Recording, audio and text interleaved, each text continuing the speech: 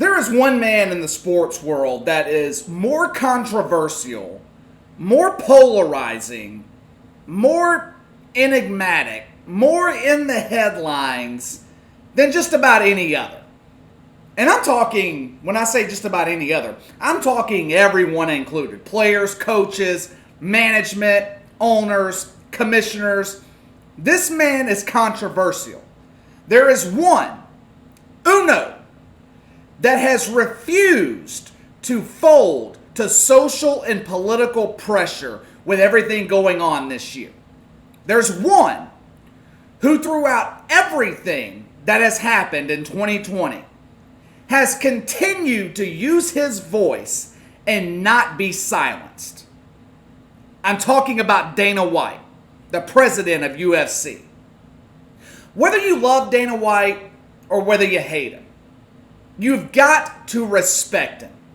Dana White does not care what you think, and that is an admirable quality. Dana White does not care who he offends. If you were alive in the 1990s, if you grew up in the 90s like I did, then you can agree with me that the 90s was the best decade of our lifetime. Now, why is that? Because there was no social media. There was no political correctness. People spoke their minds in the 90s without the fear of being reprimanded or fired from their jobs, without fear of being canceled. The 90s was the best decade for music, movies, the economy, sports. The NFL took off in the 90s. The NBA reached its apex in the 90s. Major League Baseball was popular in the 90s, even after the strike that nearly killed the sport. Dana White is the last public figure that we have that epitomizes 90s culture. That brash, don't care what you think attitude. I'm going to say what I want to say, and I don't care who I offend, because what I'm saying is facts, is the truth. Have you ever noticed Dana White is one of very few people, maybe the only public figure in the country, that consistently speaks his mind, consistently says controversial things, but you never hear one call to cancel him. You know why? Because Dana White can't be canceled. He has complete control over the UFC. Not to mention the fact that Dana White is not afraid to be canceled. He's not afraid to say what's on his mind. The coronavirus pandemic is a prime example of Dana White being Dana White. While all of these politicians, media members, cable news channels, sports leagues across the countries, schools, colleges, universities, whatever, while everyone was running scared from the coronavirus, Dana White in the UFC was the lone public figure, the lone company, standing up and facing it head on. Standing up and saying, hey, it's business as usual. We are not running from a virus. Check out some of Dana White's statements the last couple of months when he's been asked about the coronavirus. This is Dana White at his best. Quote, "Since when do Americans run and hide in their friggin' houses instead of taking this thing head on and finding solutions? You find solutions in how we continue to live our lives. Protect the people who need to be protected. I don't think I'm a high-risk guy for this thing. Maybe I'm wrong. Then, if I'm wrong, the corona is going to get me. I'm not going to hide. It's like hiding from cancer. You can't hide. If you are a high-risk person, this thing is going to get you. What's next? Flu season? It's going to come back just like the flu. If this thing's going to come and get you, it's going to get you. I've had a great run. If the coronavirus is what's going to get me, I'm ready. Bring it. I'm ready, Corona. Come get me." End quote. I agree 100% with everything that Dana White has said. Americans have never ran from a problem. We have never shut down sports leagues because a virus is spreading. Back when H1N1, the swine flu, was going around in 2009 and 2010, there were several NBA players that got infected. David Stern didn't shut down the NBA. The players went home until they felt better, just like you would do with any other virus. But there was something else Dana White said a couple of months ago that I thought was really interesting. He was being interviewed by Yahoo Sports about upcoming UFC events, why he was still holding them, and what the plan was. How are they going to keep everyone safe? His response was brilliant. He first replied by saying the health of everyone is something that the UFC and him has been dealing with for the past 20 years. Basically, Dana White and the UFC doctors know how to run their business better than a politician. But what he said later was brilliant. Quote, "The less the media knows, the better. A lot of this hysteria and this stuff that's been going on has been driven by the media. The less the media knows, the better off it is." End quote. Finally, someone in the sports world has spoken the truth. The hysteria surrounding this pandemic has been 100% media driven. What I'm wondering is, how come this didn't come from Adam Silver or Roger Goodell? Roger Goodell has always been outspoken about everything. Where's he at? Why is he not saying this? We need both Adam Silver and Roger Goodell to be more like Dana White right now. Look, I applaud the NBA for working hard to create this bubble down in Orlando. So at least we have a conclusion to this season. I salute them for that. What I'm worried about, though, the closer we get to July 30th, July 31st, are they going to buckle to the mounting political pressure and just cancel everything? What is going to happen when a player in the NBA bubble gets infected with coronavirus, which will happen? Do you really believe that Adam Silver is going to stand his ground and be like Dana White? This is why I'm bringing this up. I usually don't like discussing topics like this on this channel. I've always said that sports and politics do not mix, but it seems like the past couple of months, our sports media personalities have gladly brought politics into the sports world. And it's not just them. The leagues are now doing it as well. The NBA is allowing players to put political, some may call them social messages, on the back of their jerseys instead of their own last names. The NFL is going to play the Black National Anthem before Week 1 games. In both cases, I think it's going to end up backfiring. Both the NFL and the NBA, I feel like, are making mistakes because they're going to upset one side of the country.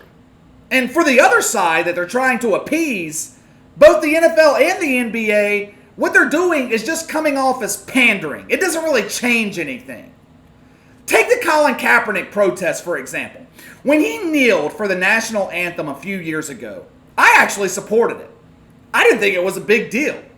At the time, I was one of the people in the minority. NFL ratings dipped that season between 10 and 20%. It took the league 3 years to get the ratings back up. What do you think is going to happen this season when they play 2 national anthems before the games? There is going to be a large portion of the audience that tune completely out. It is going to cause dissension at a time when dissension is the last thing that we need. We need unification, which is what a sports is supposed to do, unify us. For the NBA, I think it could have far greater consequences than the NFL. Me personally, I don't care if they have Black Lives Matter painted on the court. I don't care if they have messages on the jerseys instead of the player's last name. Doesn't make a difference to me one way or the other. I just want to see them play. So I'm fine with it. Do what you do. The thing about the messages, though, on the back of the jerseys, what are the announcers supposed to do? What are they supposed to call the players? The name or the message? I mean, I could just see the announcers now, equality is leading the ball up court. He passes off to Black Lives Matter. Black Lives Matter dishes it inside to systemic racism. Systemic racism goes for a layup. Oh! He's blocked by defund the police. The police really clamped down defensively on that possession. Am I watching an NBA game or a public service announcement? I don't know. There is going to be a sizable portion of the audience that will have a problem with it. Like I said, I don't have a problem with it. But a lot of people will. A lot of season ticket holders, a lot of people that spend a lot of money will. And the NBA is not the NFL. The NFL is king in this country. They can take a PR beating and bounce back. If the NBA takes a hit on this, notice I said if. But if they do, it could take them years to get back to where they are now in terms of viewership and popularity. I've kept silent on this for a little while, but this is why I say sports and politics don't mix. Because you can't win. If you're the NFL and the NBA in this situation, you can't win. You can't make both sides happy. You are going to alienate a sizable portion of your audience, no matter what decision you make. The NFL, back when the Kaepernick stuff was going on, was actually on the side of the people that the Kaepernick protest alienated. They were urging players to stand for the national anthem. Jerry Jones actually mandated Cowboys players to stand. But the NFL still lost millions of viewers that year because they thought the league didn't go far enough. The people that wanted the NFL to do something about the players kneeling didn't think they went far enough in forcing players to stand for the national anthem. Now, you see what I'm saying? You can't win in political situations. Adam Silver and Roger Goodell need to take a page out of Dana White's book here. Have you ever heard the national anthem at a UFC event? No. Dana White is one of the most patriotic dudes in the country.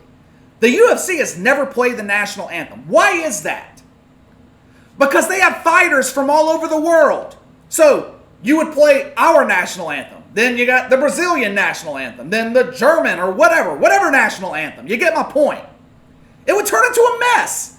Once again, you can't please everyone when you mix sports and politics. It never works. So you just don't play any national anthem. Don't do it.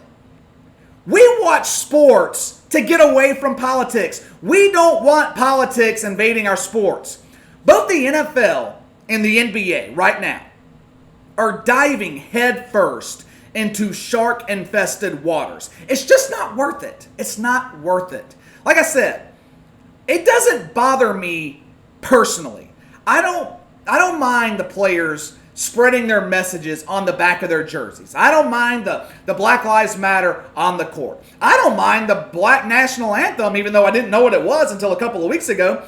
I don't mind it being played at NFL games. But a lot of people will. And I'm just talking from a business perspective alone. Both leagues are going to alienate a lot of people by doing this.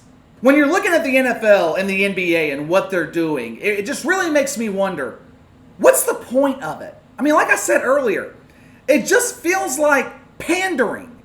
It is not going to really change anything. I mean, I understand why the players are doing it. I get it. I support it. I just think it could have severe ramifications financially at a time when neither league can afford to take a financial hit. All right, that's all for today. Make sure to hit that like and subscribe button for me. Click the notification bell to receive all notifications from the channel. Thank you guys that have already done so. Leave me a comment in the section below. I'm really interested to see what you guys think about this. What do you think about the politicization? I don't know if I said that right. The politicization of the NFL and the NBA. Is it going to backfire on them? Let me know your thoughts. You can follow me on Twitter at KC_BTL84. If you have any questions or a topic you'd like me to cover, you can email me at BTLKC84@gmail.com. I'll see you guys next time. Have a good weekend.